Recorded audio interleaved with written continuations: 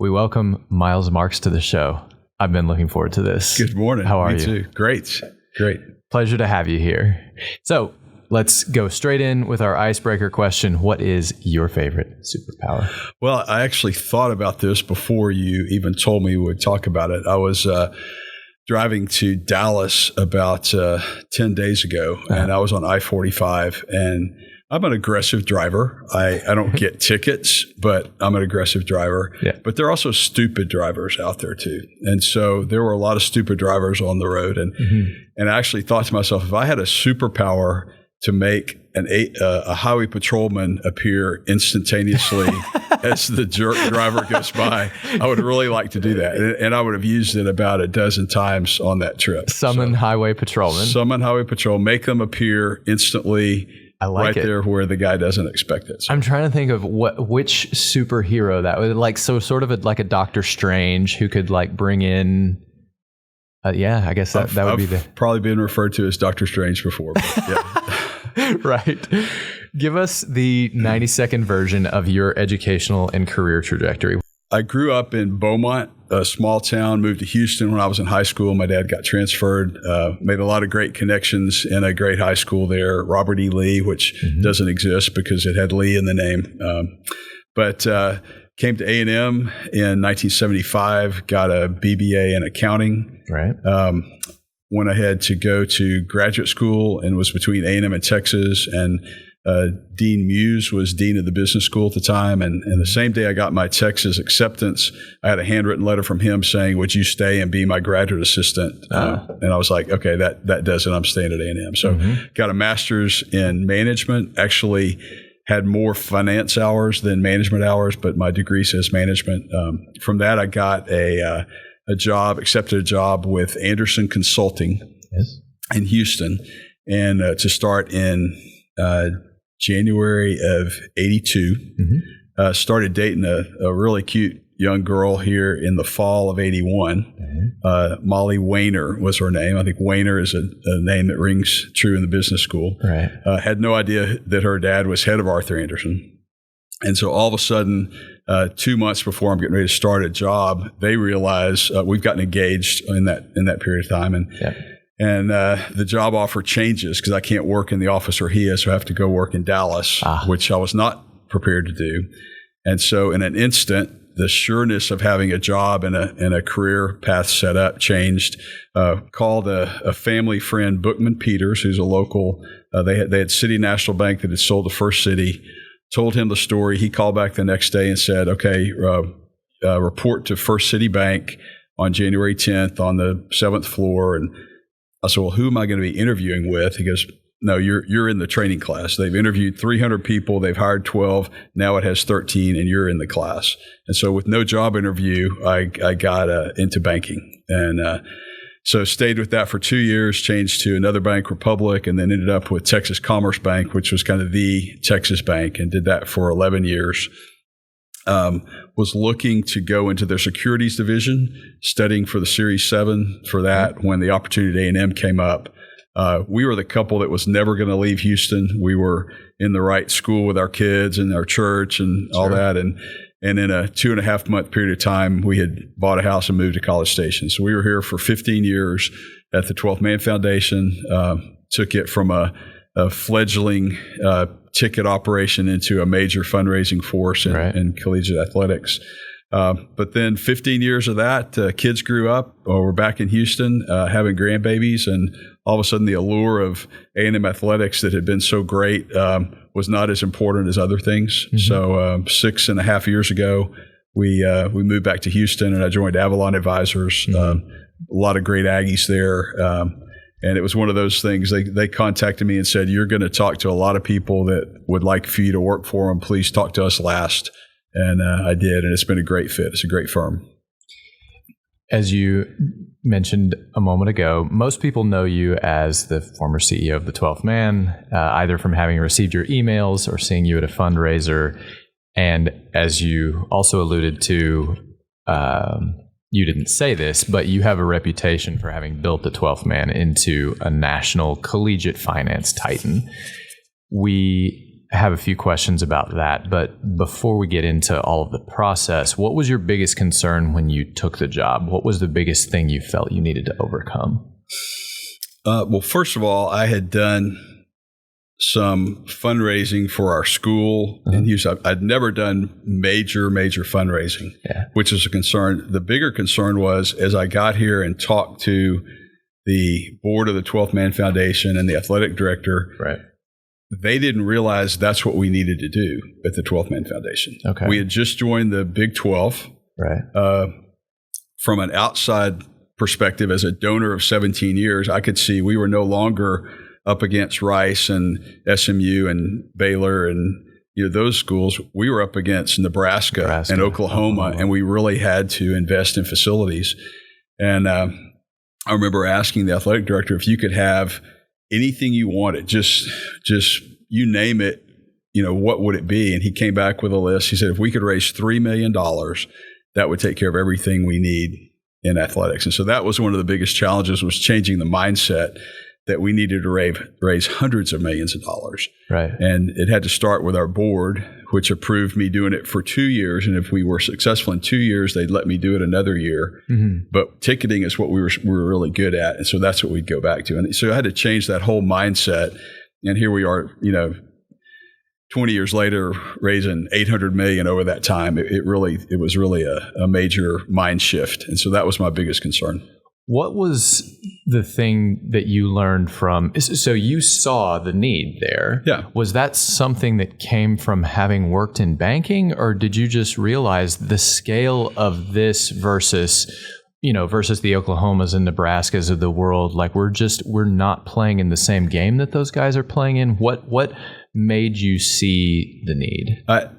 It was apparent to me that we were just glad we were taken as this group that went into the Big 12, because a lot of schools weren't. Man, we're glad we made the cut. When I think in the mindset of most alumni that are out there that are not kind of sheltered in this collegiate environment, we don't want to just make the cut. We want to lead the way. And as you fast forward to the SEC, Mike Slive told me, because of what your organization has done in building facilities, you have made yourself a fit for the SEC as this next phase comes through. So we saw that happen over time, but it just took a while for kind of the good old boys to realize what we do has to be the best in everything.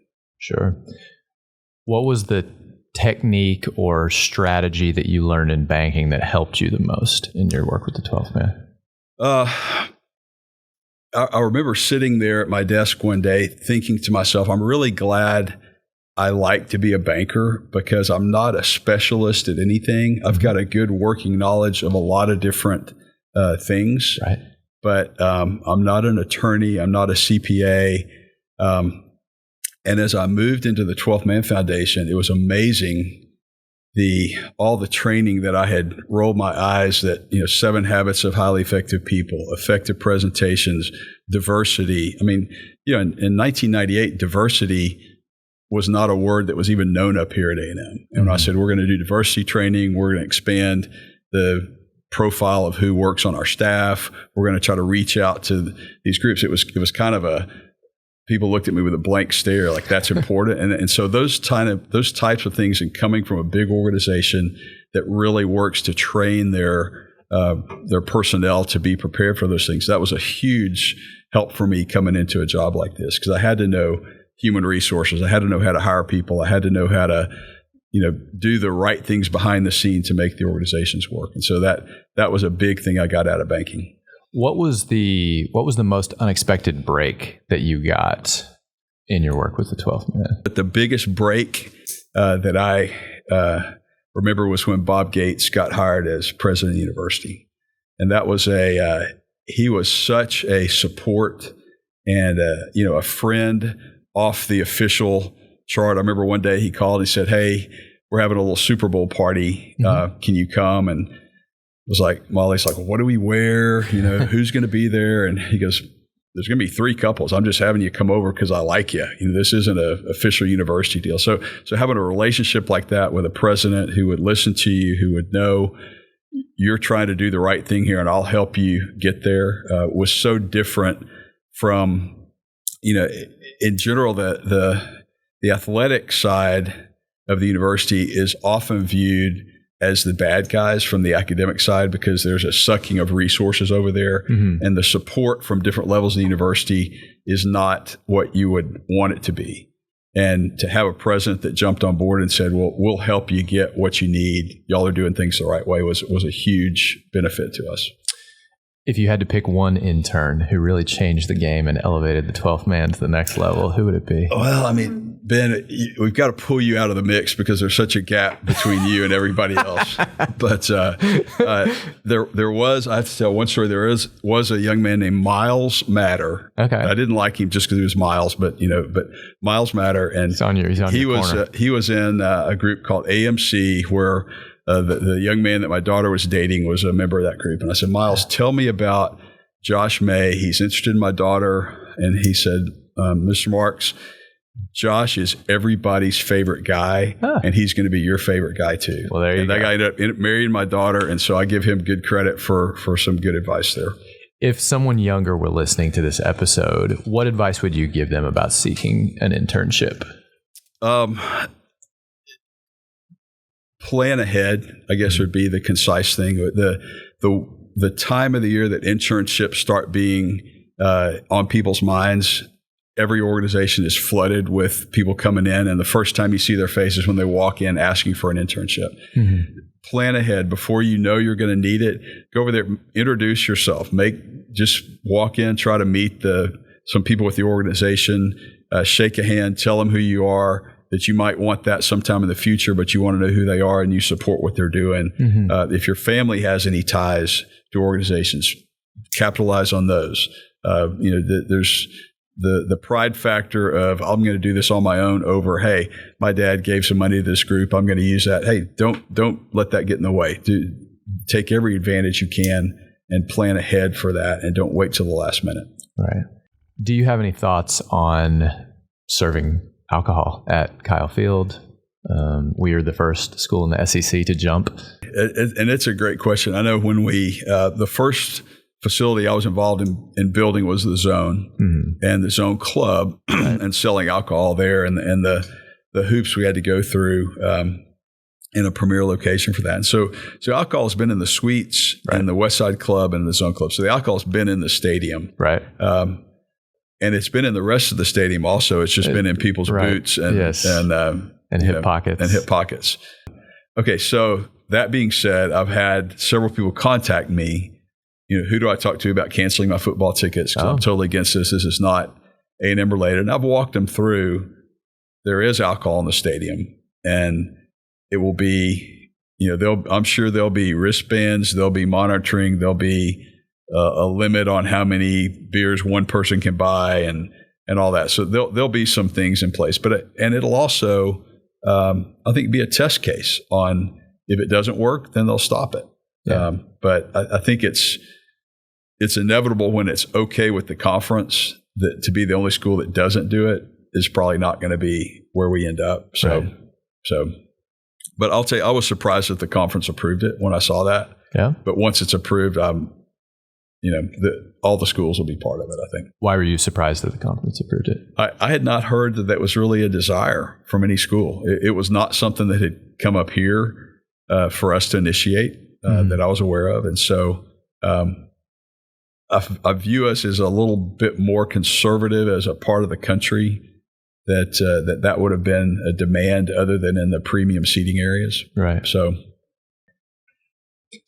let's talk a little bit about your transition to Avalon. You mentioned earlier that as time moved on, it became clear that some things were going to be more important in the long run. What did that process look like for you? What was the decision making? What things did you consider? Well, the job of running an organization like the 12th Man Foundation or the A&M Foundation or the association, we had a great group of people in those organizations at the same time. Nobody had ever been at the 12th Man Foundation in that CEO role for more than 7 years. Mm-hmm. It takes a lot out of you. It's a 24/7 job. Yeah. You've got 25,000 donor families that all want access to you. They've got your emails, they've got your cell phone. There's not a real downtime for that. So it does weigh on you after a while. And probably more for you than for any of the others because, as you said, the scope changed. Granted, it was a big commitment of life and family and time. So I looked at several different things. First of all, with our kids being in Houston, if you look at athletic events, so many of them happen on weekends that the time we'd normally in another job be able to get away and see family wasn't available. So we were running into church on Sunday and trying to have lunch with them on Sunday and get back. And the more we did that, it's like we really need to be in Houston. I also saw we'd worked 4 years on planning Kyle Field and the huge effort it was going to be to raise $500 million to build that facility. It's like this is going to be another multi-year commitment. And so the board and I came to an agreement that I would go ahead and announce it in September, step down in December, and make a transition to Houston at that point. And so it gave them time to get some new leadership to come in and get the plans together. And so it was a good timing for me, good timing for them, and the organization's done very well after that. But I do feel good. I had lunch with a great A&M Business School supporter just a couple of weeks ago, and he said, I look back and you transformed that small fledgling organization into what it is today, and it's you can take great pride in that, and I do. It was a wonderful period, but that is every period has an end and a season, and I know that the year after we moved back to Houston, I went to every home and away football game, and Molly said, you had to do this for 15 years. You don't have to do this anymore. And all of a sudden I realized, I don't. And so we're now more temperate in giving our tickets away to family and stuff like that. And we do it for entertainment and not for because we have to. Right. To everything a season, like you said. Ecclesiastes, I think. Talk a little bit more about your work with Avalon. I know a little bit about what you do there because we've talked about it offline, but share with the listeners a little bit more about what your work is now. Avalon is an incredible firm. Back in the 80s and 90s, there was a cadre of really high-end special service boutique investment firms in Houston. There's Underwood Newhouse and Rotan Mosley and names that were very, very well known. Mm-hmm. And over time, when the big banks got approval to come into this industry, they bought up those firms. And so all of a sudden, the big banks had wealth management divisions, but things were pretty much done under a cookie cutter approach. Right. If a client has this much money with this goal, this is what they invest in. Right. And so the founders of Avalon in 2001, they'd come out of Goldman Sachs. They had great background and training. They said, we want to go back and recreate that approach. And instead of just having a firm where advisors sit at a desk, listen to what you want, and go out and find money managers around the country that you'll never meet, but they're reading a report going, this guy did well, I'm going to send money to him. We're going to actually hire a really strong chief investment officer, and they hired Henry Lartigue, who was chief investment officer of Chase in New York. He came in to set up their management team. And so Avalon built an internal management team of 15 investment managers that manage about 22 or 23 investment strategies. So if somebody comes to Avalon, they're meeting who's investing their money. It's not some blind name in New York or Chicago they'll never talk to. Right. They can talk about their goals. They can see which one of these strategies or what combination fit best what they need. And so the firm's grown to $9.5 billion in assets under management. And so it's a really great model. It's really set itself apart from the standard in the market by having our own managers inside, and we can place money outside if somebody wants to do that. But to have that kind of resource in our office really sets us apart. So I'm doing development work. I knew a lot of Aggies that had significant assets, and been able to start with that as my first round of people that I brought in to talk to Avalon, and expanded now back into my Houston roots that I had from banking and other connections. And And as far as how you spend your time, is it a lot of relationship management? I'm more on the development side and bringing in new relationships, and then helping manage the ones that come in. And then I work with a great young man named Graydon Oliver, who's a registered advisor like I am, and he helps do the allocations. And so we have a teamwork approach on how we do that. And it's strangely enough, Graydon was NCAA national champion tennis player at University of Illinois. Oh. And we've tracked back to when I was here at A&M and Illinois played here. So I was on the sideline cheering against my partner today as he played Sean Madden back in the Graydon days of Aggie tennis. Sean. So, yeah. Tell us about your affiliations with MSC Opus and the AD players. Okay. I tracked that back to growing up in Beaumont. I remember one night my mom came in, very artistic. She was an art teacher, an English major, Baylor homecoming queen, beautiful woman inside and out. And she announced that we were all driving to Houston on Saturday to see Lauren Bacall in Applause at the old arena downtown. Was it like the Alley Theater? Or? No, well, it was before the Hobby Center was built. So it's called I think it's called the Music Hall. Okay. And I remember going, I'm not going to Houston to see some music. She goes, yes, you are. And so I was probably 12 years old and went kicking and screaming. Right. And it was an awesome experience. My first real exposure to live theater. And from that point, my family regularly did that. And I went along, and we got our kids into it at an early age, and we are in New York at least once a year seeing performances up there. And so as I saw that opportunity here in College Station, I really took advantage of supporting it, helping as we could. We chaired the Opus Gala for a couple of years and turned it into what it is today with the Emerald City Band and a major fundraising force for them. And so we've really, really enjoyed kind of bringing our skills and development skills into helping that organization. And it does a great job here at A&M.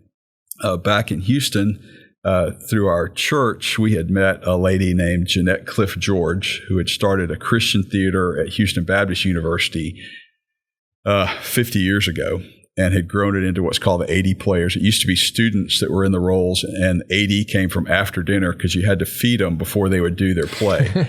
And now we've opened a $50 million theater on Westheimer right at the Galleria, hired some incredible people to come in, getting ready to put on West Side Story.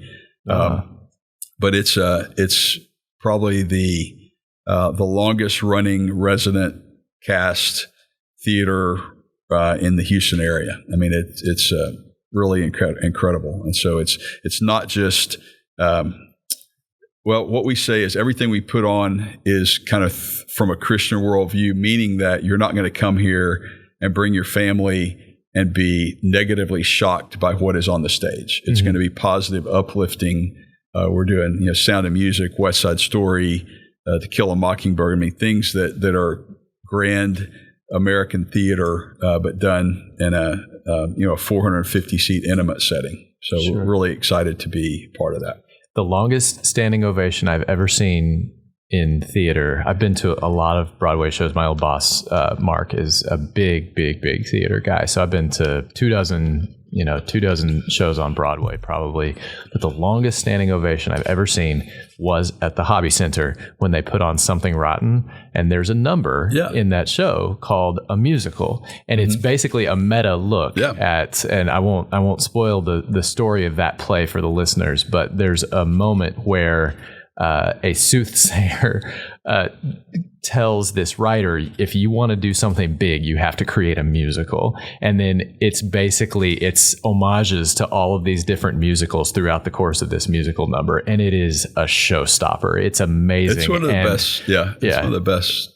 Yes. And at the end of that number, it was a 5 or 6 minute standing ovation, and the actors are all just waiting. They're like, we'll be here. We'll be here as long as you guys keep going. So Something Rotten is a personal, is a kind of a sentimental favorite of mine. Seeing it in Houston, I've seen it on Broadway, saw it in Houston. It was amazing in Houston.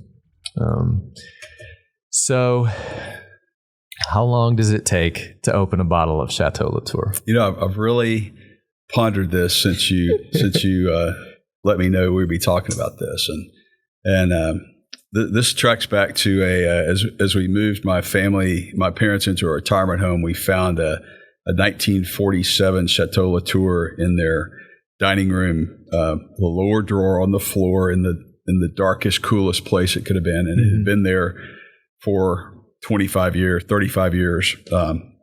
in that drawer, and turned out it was this fantastic bottle of wine, and we had it served up here, and as I analyze the amount of time, I think it's about equated to the amount of time we spent drinking gin and tonics at the W Hotel in Dallas after Coach's Night. I remember that. So it takes most part of an evening to do it is kind of where I'm going. So right. You embody the Texas A&M spirit to some degree. For a long time, I thought of you as a quintessential Aggie. What is to you? What's the most special and unique thing about this place? What should someone who lives in Zimbabwe know about Texas A&M? Dr. Gates put it in a great. We kept talking about we were a world-class institution, and he goes, "What does that mean, world-class?" And he said, "What we are is a unique American institution. We embody the American values of God, country, family, home in a university, and I think a lot of schools have gotten away from that. I know when my youngest daughter was actually in Argentina her sophomore year in college, and we went down to see her. And one of the tour guides down there, we talked about A&M a lot. And he goes, "So what do you do for a career?" And I said, "Well, I fundraise for athletics." And he goes, "That's a career." I said, "Yeah, that's what I do." And he goes, "Well, how much do you raise?" I said, "Well, we raise about $40 to $50 million a year." And he said, "This is for your national program?" I said, "No, this is for one school." Right. And it was so mind-boggling to him of the scope of the importance we put on athletics. I think of the viewpoint, what does somebody in Zimbabwe know? It's different here. Right. It's not what most people would expect. And so I think it's no secret to the ties that we have to our school. And I think a lot of people from the outside see that, and that really sets us apart at the loyalty we have back to the school, the ring we wear, and back to that being a unique American institution. We were talking earlier, I was talking with Kyle and Shannon about this, about the idea that college sports, so I think in most parts of the world, people have, like soccer especially is famous for this, people are loyal to professional soccer teams. Worldwide, soccer is the biggest sport in the world, obviously. But here, it feels like college sports, and especially college football and basketball, there's a loyalty to those teams specifically that you just don't see in anything else in the United States. And if I were to think about why that is, my best guess is that we're close with those teams as our formative years come to an end. And it's kind of, college is kind of our last, you're sort of an adult, but in some ways not quite an adult yet. And it's kind of the end of your childhood, the end of your education. And you're really close to this thing at that time in your life. Is that it, or is there more to it than that in terms of why we live and die with college athletics? That's a good question. I think part of it is we all want to identify with something that's personal. There's a lot of people that don't have college affiliations that love pro sports. Right. And I think for a long time, the relative purity of college sports versus getting paid for pro sports was an attraction. That's starting to kind of blur as players get, compensated while they're in school. So I think part of it was we can identify more with a student athlete that's doing it for the love of the game than for athletes that are doing it for money. And I think that was a real tie. For A&M, I still give a lot of credit back to the core, the bonds that military experience forms in the students that are there, even though it's 2,500 out of 60-something thousand now. Right. They still influence others around them who may not have been in the core with that level of commitment back to the university. Let's move to some rapid fire. What do you consider your most valuable failure? Learning that you can't make everybody happy. I spent a lot of time not looking at what is the best answer for the most people, but how can I take care of each one of your needs and make everybody happy? And you can't. You can't do that. And so that was it was a frustration for a couple of years, and then I realized I learned a lot from it. And you got to look at the bigger picture and what's the greater good. What do you think is people's biggest misconception of you? I think for this was a difficult one for me, but during a transition where we did not have an athletic director after Wally Groff was gone and before Bill Byrne, the 12th man was kind of thrust into a limelight, and that was a period in which R.C. Slocum was terminated. And so for 7 or 8 years after that, he told people that it was because of me, that I had guided that, where I had nothing to do with that. I finally sat down with him and got it straight. But that was a real difficult thing for me, that there was a perception that I had been the person behind that. And that was really hard to be thrust into that role when that was not the truth. And sorry, go ahead. Yeah, that was a pretty big misconception that I still fight with some people today that don't understand how all that happened. I think that's the first time we've had that kind of answer on the show, where it's a misconception that's actually built around fault for a specific event rather than an ongoing thing. Well, I'm happy you were able to get that straightened out. Yeah, everything's good with us now. So, if you could have anyone as a mentor for one day, who would it be? Well, I had that. I had Dr. Ed Davis, who was at the A&M Foundation. Was a great mentor to me because he knew I had some holes in my background on the fundraising side. And he sat down with me early and helped guide we told the university we wanted to get into major gift fundraising, and the university said, we don't approve it. And Eddie Joe was like, okay, here's how you got to do it. You can get it done. Here's the steps you need to take. You need to get skilled people on your board that can help you through difficult situations. You need attorneys, CPAs, marketing people that can really help you. Right now, you've got a great group of guys that love to play golf with a coach, but they're not what you need. And so I would say he was a great mentor to me, and I got to have him for more than a day. So it was awesome. Beautiful. Most important piece of business or career advice that our listeners might not have heard before? They may have heard it, but I'm going to say it again. Communication skills are paramount. And so many of the young people out there in the market have abdicated those. We've grown up with texting, with no punctuation, with abbreviations for words, with incomplete sentences. And a lot of the writing that is being done today is just very, very poorly structured. And kids coming out of great universities that don't have the basic communication skills that set them apart. And so that's something I'm seeing more and more of out there. Fondest memory of TAMU?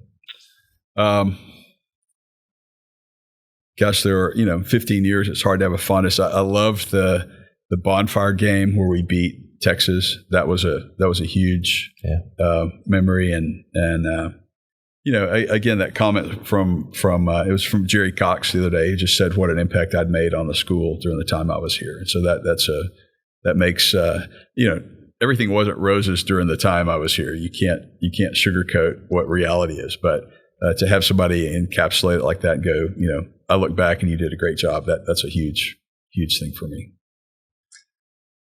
We close each session with Good Bull. You have someone you would like to send some Good Bull? I've got two people. One is the former dean of the business school, Jerry Strauser. Jerry called me for lunch after he came over. He knew I'd been on the business school advisory board at one point, and he said, they're telling me I'm sleeping with the enemy by going out to lunch with you, but I don't care. I'm just going to form a relationship here between us and athletics. And it was great during the whole time. And And I really thought he was a pioneer for stepping out there with that, crossing that academic athletic line. And then the other is to Bowen Lofton, who was another great president of the university, a great supporter of athletics. I've got to tell one story on Bowen. We went to ask.